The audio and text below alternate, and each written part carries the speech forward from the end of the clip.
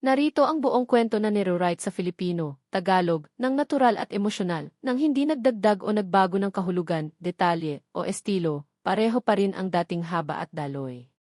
Nawawala ang kambal tuwing gabi. Sinundan sila ng kanilang ina papunta sa bahay na to. Tuwing gabi, eksakto 6:47 minuto. Nawawala ang 4 na taong gulang na kambal na sina Elijah at Amara. Sinundan sila ng kanilang biyudang ina papunta sa isang abandonadong kamalig at natuklasan niyang bumibisita sila sa isang tao, isang malungkot na matandang lalaki, ang kanyang nakalimutang tiyuhin. At ikinukwento niya sa kanila ang mga kwento tungkol sa kanilang namatay na ama. Bago tayo magsimula, ipaalam mo sa comments kung anong oras na at taga saan ka nanonood. Simulan na natin. Tuwing gabi eksakto 6:47 minuto.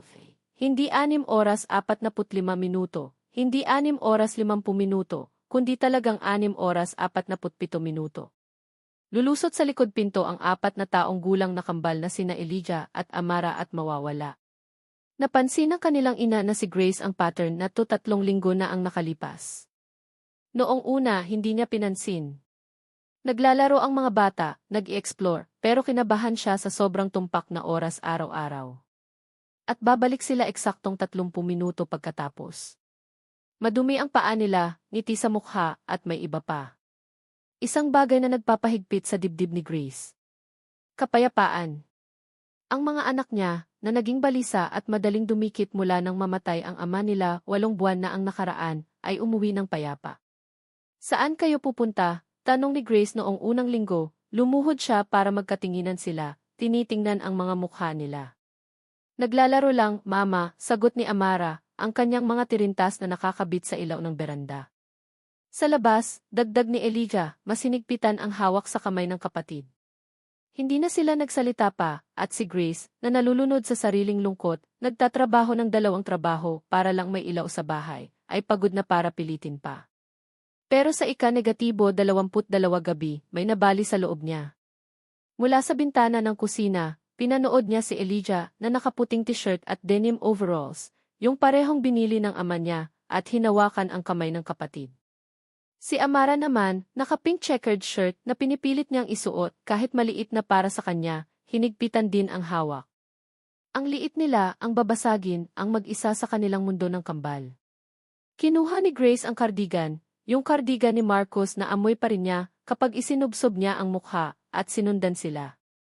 Naglakad ang kambal sa lumang maduming daan patungo sa abandonadong Thornhill Farm. Biglang bumaliktad ang puso ni Grace. Paulit-ulit niyang sinabi sa kanila na iwasan yon. Mapanganib ang kamalig, matanda na, hindi na matatag. Pero habang pinapanood niya ang mga hubad na paa ng mga anak na magkahawak kamay sa gintong liwanag ng gabi, may kakaiba sa paraan ng paglakad nila na nagpapaninga sa lalamunan niya. Parang tinatawag sila, parang may pupuntahan silang tao. Diyos ko, dasal ni Grace sa isip. Sana ligtas sila. Sila na lang ang natira sa akin. Lumitaw ang lumang kamalig, ang kalawang nabubong nito kumikinang sa paglubog ng araw. Nagtago si Grace sa likod ng lumang puno ng oak, yung puno kung saan nag-propose sa kanya si Marcus 9 na taon na ang nakalipas, at pinanood ang kambal na lumapit sa bukas na pinto ng kamalig. Walang pag-aalinlangan. Dire-diretso silang pumasok na parang daan-daang beses na nilang ginawa. Hinintay ni Grace, kabog ang dibdib, saka sumunod. Pagpasok niya sa pinto ng kamalig, una niyang naramdaman ang amoy. Damo, lumang kahoy at may iba pa. Kape. May naghahanda ng kape. Nasanay ang mata niya sa madilim. Doon sa gitna ng kamalig, nakaupo ang isang matandang lalaki sa wheelchair. Si Amy Thornhill, ang kapatid na lalaki ng lola niya. Yung nawala sa mga pagtitipo ng pamilya pagkatapos mamatay ni Lola Ruth. Yung sinabing lumipat na, nabaliw sa lungkot kaya umalis, pero nandito pala siya. At nakaupo sa harap niya sa mga haybales na parang mga estudyante sa harap ng minamahal na guro, sina Elijah at Amara. Ang daddy nyo, sabi ni Amy Thornhill, basag ang boses sa damdamin, isa sa pinakamabuting lalaki na nakilala ko. Halamang natumba si Grace sa tuhod. Kilala mo ang daddy namin, tanong ni Elijah, puno ng pangulila ang maliit na boses na sumira sa dibdib ni Grace. Kilala ko siya, anak. Pinanood ko siyang lumaki. Dati, pumupunta siya rito sa Kamalig kasama ang mama niyo noong sila pa nagde-date. Nakaupo mismo roon kung saan kayo nakaupo ngayon. Nanginginig ang mga kulubot na kayumangging kamay ng matanda habang itinuro ang mga haybales. Tinanong niya ako tungkol sa farm, sa lupa, sa kahulugan ng pagbuo ng isang bagay na tatagal. Hindi gaanong nagkukwento si mama tungkol kay daddy, bulong ni Amara. At kailangang takpan ni Grace ang bibig ng kamao para hindi siya umiyak. Nalulungkot siya kapag ginagawa niya iyon. Alam ko, baby girl. Alam ko. Basang-basa ang mata ni Eve Thornhill. Kaya kayo pumupunta rito, di ba? Kasi pwede kayong magkwento tungkol sa kanya rito. Tumango ang kambal. Kwento ulit, bulong ni Elijah. Yung araw na ipinanganak kami. Pinanood ni Grace ang matanda na lumapit sa wheelchair sa mga bata, at nang magsalita siya, puno ng luha ang boses. Noong araw na ipinanganak kayong dalawa, tinawagan ako ng daddy niyo galing ospital. 3:47 ng umaga, at umiiyak siya ng todo na halos hindi na makapagsalita. Sabi niya, Uncle Thomas, nandito na sila. Perpekto sila. May anak akong lalaki at babae at hindi ko alam kung bakit hindi sumasabog ang puso ko. At saka, basag na talaga ang boses ni Amy Thornhill. Sabi niya, paano nagawa iyon ng daddy ko? Paano niya nagawang magmahal ng ganito at hindi mamatay dahil doon? Tumayo si Elijah at lumapit sa matanda, inilagay ang maliit na kamay sa tuhod nito. Minahal kami ng daddy namin. Oh, anak. Hinila ni Amy Thornhill ang 4 na taong gulang sa yakap at umiyak ang matanda. Minahal kayo ng daddy niyo higit sa buhay niya, higit pa sa hininga. Kayo at ang kapatid mo at ang mama niyo ang buong mundo niya. Sumali si Amara at pinanood ni Grace ang mga anak niya, ang mga nasirang, lungkot na mga batang nagsisikap maging matapang para sa kanya, na sa wakas ay bumigay na rin. Umiyak sila na parang pinipigilan na nila iyon ng 8 buwan dahil totoo namang pinipigilan nila. Miss ko siya, hikbi ni Elijah. Miss ko siya ng todo at hindi ko na matandaan ang boses niya. May boses ako, baby. Hinawakan ni Amy Thornhill ang isang bagay sa tabi ng wheelchair, isang cellphone. May videos ako. May pictures. May kwento ako ng marami. Tumingala siya at nagkatinginan sila ni Grace sa dilim. At may oras ako. Lahat ng oras sa mundo. Hindi na nakapagtagi si Grace. Lumapit siya, tumutulo ang luha. Grace. Bumagsak ang mukha ni Amy Thornhill nang makita siya. Baby girl. Uncle Thomas. Hindi na niya tinawag yon mula pagkabata. Akala ko umalis ka na pagkatapos mamatay ni Lola. Bigla ka na lang nawala. Nalulungkot ako, sabi niya ng simple. Nawala ang kapatid ko, nawala ang asawa ko 6 na buwan pagkatapos. Hindi ko na kaya makaharap ang mga tao. Kaya bumalik ako rito sa Kamalig kung saan kami lumaki ni Ruth, kung saan nagsimula ang pamilya. Itinuro niya ang sulok kung saan nakita na ni Grace na may maliit na living space siya. 1 taon na ako rito, mag-isa hanggang 3 linggo na ang nakaraan. Ano ang nangyari 3 linggo na ang nakaraan? Dumating ang 2 to. Tiningnan niya ang kambal ng may pagmamahal na masakit tingnan. Hubad ang paa, magkahawak kamay, dumiretso sakit na parang sinugo sila mismo ng Diyos. Tinanong ako kung bakit ako umiiyak. Natakpan ni Grace ang bibig. Sabi ko malungkot ako kasi miss ko ang mga tao, miss ko ang pamilya. At alam mo ba ang sinabi nitong maliit na to? Hinaplos niya ang tirintas ni Amara. Sabi niya, pwede kaming maging pamilya mo. Magaling kami rito. Kambal kami kaya 2 sa presyo ng isa. Umiyak si Grace. At ito. Ginulo niya ang buhok ni Elijah. Sabi niya, nawalan kami ng daddy kaya alam namin ang lungkot. Pwede kang malungkot kasama namin. Kaya patuloy silang pumupunta, bulong ni Grace.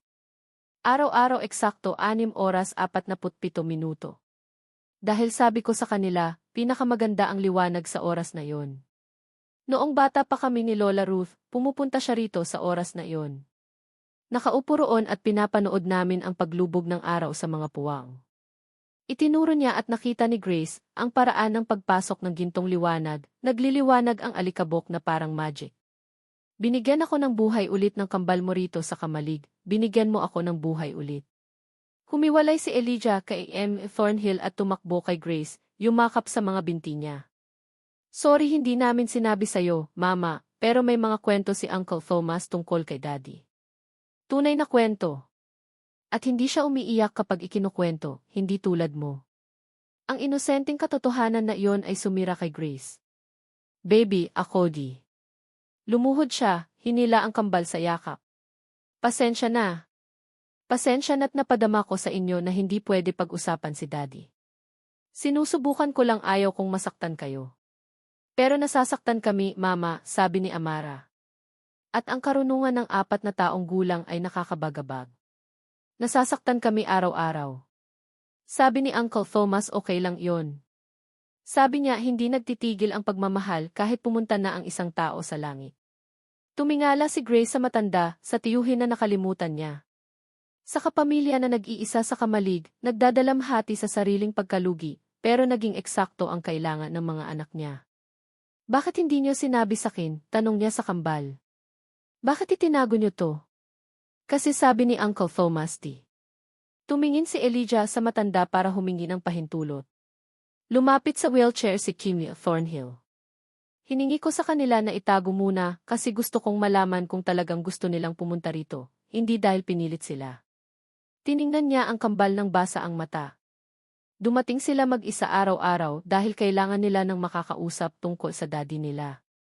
Isang taong hindi umiiyak tuwing nababanggit ang pangalan niya. Sumikip ang lalamunan ni Grace. Tama siya. Hindi niya kayang banggitin ang pangalang Marcos nang hindi nababaliw. Kailangan nila ng mga kwento tungkol sa kanya, tuloy ng matanda. Masasayang kwento, nakakatawang kwento, mga kwentong magpaparamdam sa kanila na malapit pa rin sila sa kanya. Pinunasan niya ang mata.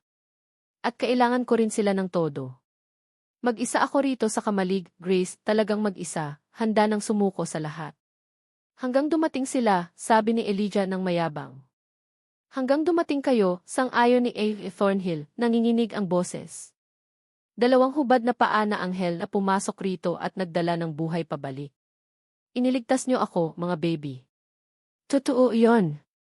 Naintindihan na ni Grace. Nakahanap ang mga anak niya ng taong nangangailangan sa kanila, at nakahanap sila ng taong kailangan nila rin.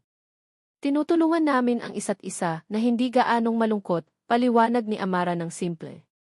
Tama ba, Uncle Thomas? Tama, sweetheart. Umiti ang matanda kahit umiiyak.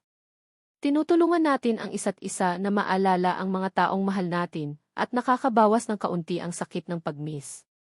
Tumayo si Grace, lumapit sa tiyuhin at bumagsak sa yakap nito. Nag-iyakan sila, para kay Marcos, para kay Lola Ruth, para sa nawalang panahon, para sa lungkot na dala-dala nila mag-isa. Hindi ko alam na nandito ka, hikbi ni Grace sa balikat nito. Hindi ko alam na nagdurusa ka rin. Nagdurusa tayong lahat mag-isa, sabi niya. Pero hindi na kailangan. Hinila ni Amara ang kardigan ni Grace. Pwede pa rin kaming pumunta rito, Mama? Please. Lumayo si Grace, pinunasan ang mata at tiningnan ang mga anak. Talagang humingiti sila. Sa unang beses sa loob ng 8 buwan, tunay na ngiti. Bulong niya. Pero sasama ako. Sumigla ang mukha ni Elijah. Uncle Thomas, ikwento mo yung kwento tungkol kay Daddy at sa pusa sa kamalig.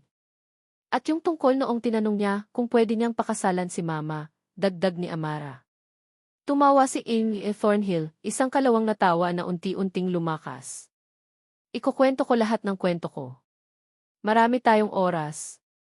Lahat ng oras sa mundo ngayon. Kaya nakaupo sila sa mga haybales, si Grace, ang kambal, at ang tiyuhin na akala niya nawala na. At habang pinupuno ng 6 oras 47 minuto na liwanag ang kamalig ng ginto, nagsimula magsalita si A. Thornhill. Dumating ang daddy niyo rito sa kamalig isang Martes hapon sa Tagsibol. Kinakabahan siya na parang pusa sa kwarto na puno ng rocking chair. At nakinig si Grace habang natututo ang mga anak tungkol sa ama nila sa paningin ng iba.